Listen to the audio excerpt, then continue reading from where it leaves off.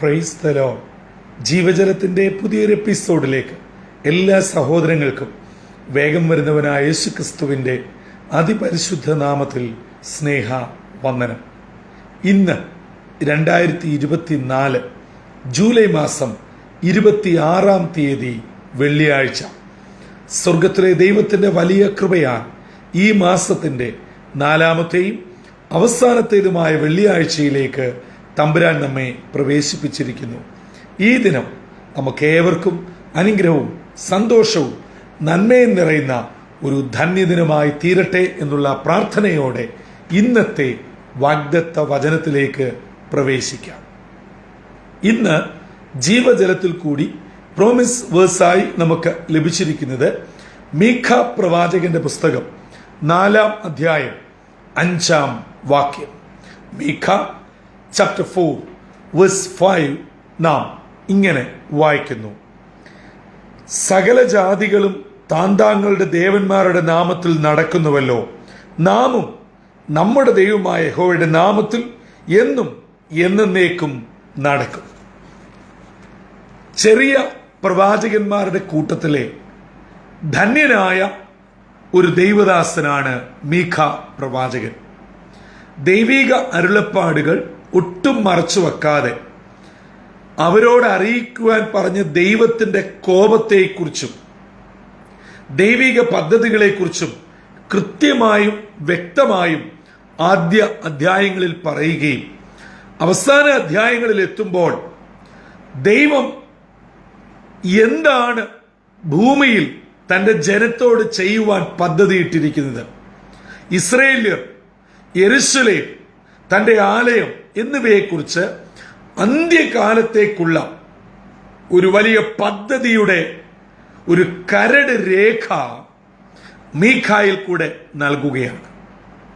അങ്ങനെ പറഞ്ഞ് 4-ാം അധ്യായം ആരംഭിക്കുമ്പോൾ തന്റെ ആലയം എത്രത്തോളം ഉന്നതവും മഹത്വമായിരിക്കും എന്നത് വ്യക്തമാക്കിയിട്ട് എല്ലാവരും അവരവരുടെ ദേവന്മാരുടെ പിന്നാലെ നടക്കുന്നു. ദേവന്മാരെ വിളിച്ച് ജാതികൾ തങ്ങളുടെ ദേവന്മാരെ പ്രീതിപ്പെടുത്തുവാനായി ഓടി നടക്കുന്നു. ഇസ്രായേൽ ജനമാകുന്ന നാമോ നമ്മുടെ ദൈവമായ സ്വർഗത്തിലെ സർവശക്തനായ ദൈവത്തോട് കൂടെ എന്നും എന്നേക്കും നടക്കും. പ്രിയ ദൈവമക്കളെ, ജാതികളുടെ ദൈവങ്ങൾ, ദേവന്മാർ മിഥ്യാമൂർത്തികളാണ്. അവരുടെ പിന്നാലെ ജനം അലയുമ്പോൾ ഇതാ ദൈവം തന്റെ ജനത്തിന് പിന്നാലെ വന്ന് വിടുതൽ നൽകി അവരെ അനുഗ്രഹിക്കുന്ന ദൈവമാണ്. അതുകൊണ്ട് പറയുകയാണ്, ആ ദൈവത്തിന്റെ പിന്നാലെ എന്നും എന്നേക്കും ഇസ്രായേൽ ജനം പിൻപറ്റും. അതെ പ്രിയ സഹോദരി സഹോദരങ്ങളെ, നമുക്ക് പിൻപറ്റുവാൻ, അനുഗമിക്കുവാൻ ഇതുപോലെ മറ്റൊരു ദൈവമില്ല. ഈ ലോകത്തിലെ പലവിധ പ്രത്യയ ശാസ്ത്രങ്ങളും നേതാക്കന്മാരും പലവിധ സംഘടനകളും സഭകളും പലവിധ മേഖലകളും ഒക്കെ ഉണ്ട്. പക്ഷേ അതിന് അതിൻ്റെതായിട്ടുള്ള ഉദ്ദേശങ്ങളും ലക്ഷ്യങ്ങളുമുണ്ട്, പോരായ്മകളും പരിമിതികളും പരിധികളുമുണ്ട്. തന്മൂലം പലപ്പോഴും പലതും തകർന്നടിയുന്നു. എന്നാൽ ദൈവത്തെ അന്വേഷിക്കുന്നവന് ഒരു നന്മയ്ക്കും കുറവില്ലാതെ നമ്മെ കരം പിടിച്ചു നടത്തുന്ന ഒരു ദൈവം ജീവിക്കുന്നു. അതുകൊണ്ട് ഇസ്രായേൽ ജനമേ, മറ്റ് ജാതികൾ തങ്ങളുടെ ദേവന്മാരുടെ പിന്നാലെ പോകുമ്പോൾ നമുക്ക് വിളിച്ചാൽ വിളിപ്പുറത്തിറങ്ങി വരുന്ന ജീവനുള്ള ഒരു ദൈവമുണ്ട്.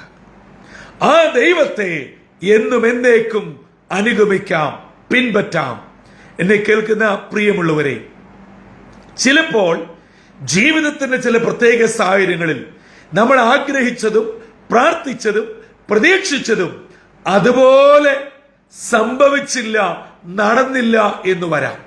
അത് ദൈവത്തിന്റെ ഹിതമാണെന്ന് തിരിച്ചറിഞ്ഞ് ക്ഷമയോടെ, പ്രാർത്ഥനയോടെ, സ്തോത്രത്തോടെ ദൈവത്തെ പിൻപറ്റുമ്പോഴാണ് നാം ശരിക്കും ഒരു ദൈവ പൈതലായി മാറുന്നത്.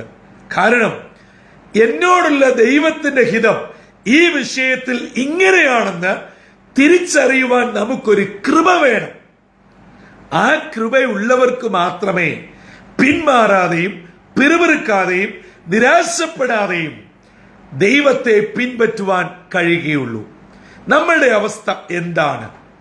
പ്രാർത്ഥിച്ച ഒരു വിഷയം, കാത്തിരിക്കുന്ന ഒരു വിഷയം, പ്രതീക്ഷിക്കുന്ന ഒരു വിഷയം, നമ്മൾ ഉദ്ദേശിച്ച നിലയിൽ നമുക്കത് കിട്ടിയില്ല എങ്കിൽ നമ്മുടെ മുഖം വാടുന്നു, സന്തോഷം പോകുന്നു, പ്രാർത്ഥന കുറയുന്നു, എല്ലാവരോടും എല്ലാത്തിനോടും ദേഷ്യമാണ്, വെറുപ്പാണ്, ഒന്നിലും ഒരു സന്തോഷവും ഉഷാറും തൃപ്തിയുമില്ല, സംസാരിക്കാൻ താല്പര്യമില്ല, കിടന്നാൽ ഉറക്കം വരത്തില്ല, ഒന്നിനും നമുക്ക് നാട്ടുഭാഷയിൽ പറഞ്ഞാൽ ഒരു മൂടില്ലാതെ വല്ലാത്ത അലംഭാവത്തിൽ കഴിയുകയാണ്.